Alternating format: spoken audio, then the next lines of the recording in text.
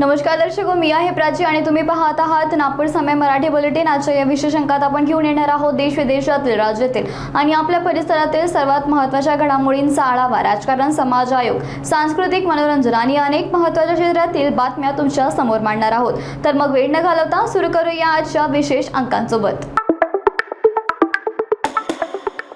नांदेड जिल्ह्यातील आडगाव तालुक्यातील तापमानाने 400 ओलांडून असून सध्या 41 अंक सेल्सिअस पर्यंत पोहोचले आहेत। या तीव्र उष्णतेमध्ये परिणामात पशूंवरही दिसून आला आहे। उन्हाचा वाढत्या झाडांमुळे जनावरांना आरोग्यावरती विपरीत परिणाम होऊन राहिला आहे। यासाठी पशु औद्योगिक विभागांना पशुपालकांनी आणि महत्त्वाच्या सूचना दिल्या आहेत। पशुवैद्यक अधिकारी डॉक्टर गोविंद शिंदे यांनी सांगितले की बैलांकडून काम सकाळी 10 वाजेपर्यंतच करून घ्यावे, तसेच जनावरांना हिरवा चारा आणि पाणी व्यवस्थित प्रमाणात द्यावे।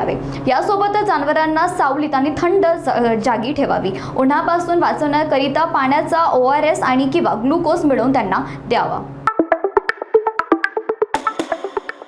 नागपूरमध्ये गोल्ड लोनच्या नावाखाली तब्बल 30 लाख रुपयाची मोठी फसवणूक झाल्याची घटना समोर आली आहे। आरोपींनी सोने तारण ठेवण्याचा बहाणा करत ही फसवणूक करून पैसे फसवले आहेत। ही घटना लकडगंज पोलीस ठाण्याच्या हद्दीत घडली आहे, जिथे एका आरोपींनी फायनान्स कंपनीचे मॅनेजर आपल्या जाळण्यात अडकून फसवणूक केली। आरोपीने सोने तारण ठेवल्याचा बहाणा करत विश्वास संपन्नवर आणला। त्यानंतर त्याने सुमारे 30 लाख रुपये घेऊन घटनास्थळावर पळ काढला। या घटनेनुसार परिसरात खळबळ उडाली। सध्या पोलिसांनी गुन्हा दाखल केल्यानुसार आरोपीचा शोध घेणं सुरू आहे।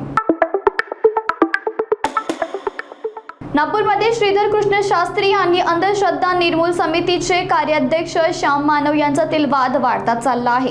रामकथेच्या दरम्यान श्रीधर कृष्ण शास्त्री यांनी खुले आव्हान देत दिव्य दरबारमध्ये आपली शक्ती दाखवण्याचं सांगितले असून विरोधकांना समोर येऊन प्रश्न विचारण्याचं आवाहन केले। श्याम दरम्यान मानवे यांनी याआधी जाहीर केले की 30 लाख रुपयाचा बक्षीस वाढवून आता 80 लाख रुपये करण्यात आले। तसेच शास्त्री यांची अचूक माहिती देत आपली शक्ती सिद्ध करावी अशी अट त्यांनी ठेवली आहे। या संपूर्ण प्रकारामध्ये नागपूरमध्ये श्रद्धा विरुद्ध अंधश्रद्धा असा वाद पुन्हा एकदा निर्माण झाला।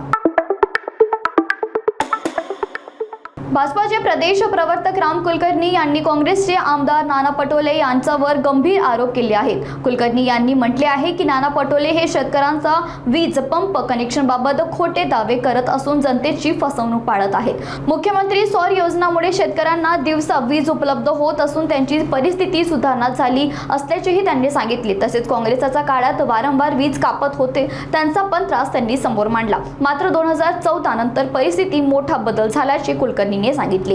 बीड येथे व्हिडिओ व्हायरल झाल्याची गोष्ट समोर येताना त्यांनी हा व्हिडिओ समोर आणला आणि नाना पटोले यांना खोटे विधान करू नये असाही इशारा दिला।